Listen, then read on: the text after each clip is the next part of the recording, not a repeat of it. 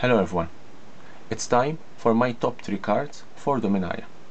Dominaria is an excellent set with high value cards and miraculous mechanics that every player was waiting for such long time. We haven't had a very strong set from the sets of Innistrad. We're waiting for a set that bring players back, bring nostalgia for the old times of Magic, and finally we have Dominaria. As I usually do, I give my top 3 cards for common, uncommon, rare and mythics. So let's not lose time and we begin our top 3. In third position for common, I choose 3 cards, and this shows how strong this set is, because also in the common slot we have very strong cards. In third position I choose Acht, 1 blue, you scry 1, you draw a card. This is a reprint, also was reprinted in Ixalan. It's one of the most commonly and strong cards that you can find in blue control decks. Also in third position I have Divest, 1 black. It's a sorcery. Target player reveals their hand, you choose an artifact or creature card from it, and that player discards that card. This is an excellent card when you want to remove certain key artifacts or creatures from your opponent's hand. Also in third position I choose Unwind, 2 and 1 blue, you counter target non-creature spell and you untap up to 3 lands.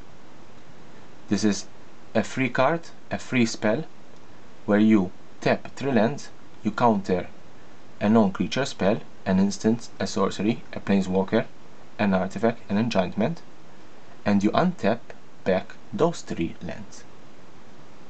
In second position for common I choose Lona Elves, 1 green, a 1/1 creature, and you tap to add 1 green. This is one of the most commonly used creatures in green decks. It's a 1-drop and you can have an extra mana when you untap it. In first position for common I choose Red Colony. Red Colony, 1 and 1 black. It's a creature red, 2/1. Red Colony gets +1/+0 for each other red you control. And also a deck may have any number of cards named Red Colony.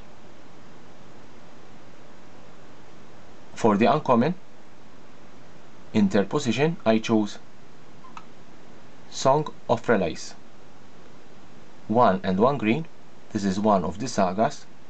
For chapter 1 and chapter 2 we have until your next turn creatures you control gain add 1 mana of any color. Then in for chapter 3 we have put a +1/+1 counter on each creature you control. Those creatures gain vigilance, trample and indestructible until end of turn. In second position for uncommon I choose Cast Down. Cast Down, 1 and 1 black. It's an instant, you destroy target non-legendary creature. This is a very strong removal spell, and I think it will see a lot of play in standard and also in modern. In first position I choose Damping Sphere, 2. It's an artifact. I believe this is one of the most strongest cards that you can find in Dominaria. It will be played in modern, it will be sideboarded in a lot of decks in modern, because this card will shut down various modern decks. It is a deck against Storm, against Throne, and is a very powerful card. The ability, if a land is tapped for 2 or more mana, it produces only 1 colorless instead of any other type and amount. Each spell a player casts costs 1 more to cast for each other spell that player has cast this turn. As I said, this is one of the most strongest cards in this set. Now, for rares, in third position, I have Gilded Lotus. Gilded Lotus, it's a 5, and you tap and you add 3 mana of any color. This is a reprint from the set of Mirrodin, and I believe it will be a very strong card in Standard. Also, for rare, I have another card, and I have chosen Cabal Stronghold. This land, it will give you a colorless mana, and if you tap 3 and tap, you can add a swamp for each basic swamp you control. This card, I believe it will be used in the future because it's a land and it can give you multiple sources of swamps if you have mono black decks. In second position, we have Traxos, Scourge of Krug. It's a 4, it's a 7/7 creature, it has trample, but it has a downside that enters the battlefield as tapped and doesn't untap during your untap step. You need to cast a historic spell to untap Traxos. Historic spells are artifacts, legendaries and sagas, and therefore this card will be used in Affinity, where you have multiple artifact drops, and therefore you will untap this card. Also, if you have Traxos untapped, you can attack with it, then drop another artifact and untap it back so that it can be also in your defenders. In third position, also for second position, I have another card. I have Steel Leaf Champion. It's a 3 green, it's a 5/4 creature and cannot be blocked by creatures with power 2 or less. In first position, I have Shalia, Voice of Plenty. This is an angel, it's a legendary creature for a 4-drop. It is a flying. You, planeswalker you control, and other creatures you control have hexproof. 4 and 2 green, put a +1/+1 counter on each creature you control. It's a very strong card. It gives you hexproof to you, planeswalker and creatures you control, except Shaila. Now for the mythics, in third position I have Teferi, Hero of Dominaria. This is the Teferi planeswalker. It is a very strong planeswalker, and it's his +1, draw a card, and at the beginning of your next untap step you untap 2 lands. The -3 is put a target non-land permanent into its owner's library, third from the top, and this -8 you get an emblem with whenever you draw a card, exile target permanent an opponent controls. It is a very strong planeswalker. In second position, Lyra, Dawnbringer, 3 and 2 white. This is a very strong mythic angel.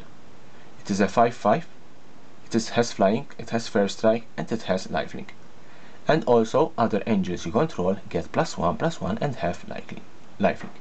This is a lord for angels, and I believe it will feature an angel deck in standard or in modern. In second position, I have Karn, Scion of Urza. This is the Karn planeswalker. It is a 4-drop. It has 5 loyalty counters, and the +1 reveals the top 2 cards of your library. An opponent chooses one of them, put that card into your hand and exile the other with a silver counter on it. It's -1, it put a card from your own with a silver counter on it from exile into your hand, and the -2, you create a 0/0 colorless constructor artifact creature token. This creature gets +1/+1 for each artifact you control. Karn planeswalker will be a very strong planeswalker, especially in colorless decks. In first position for the mythics, we have Mox Amber, a 0-drop. It is one of the Moxes. You add 1 mana of any color among legendary creatures and planeswalker you control. This is one of the Moxes, and I believe this is the top 1 mythic card in Dominaria. Now I have the top 1 card of the set, and this was a fight between 2 particular cards. but at the end I have chosen Mox Amber. Yes, Mox Amber, I believe it is the most good card in Dominaria because every Mox that have been released have always had a stable price, and there is no Mox in any other set that have been released for Magic the Gathering that has a price below $30. This card will retain its price in the future.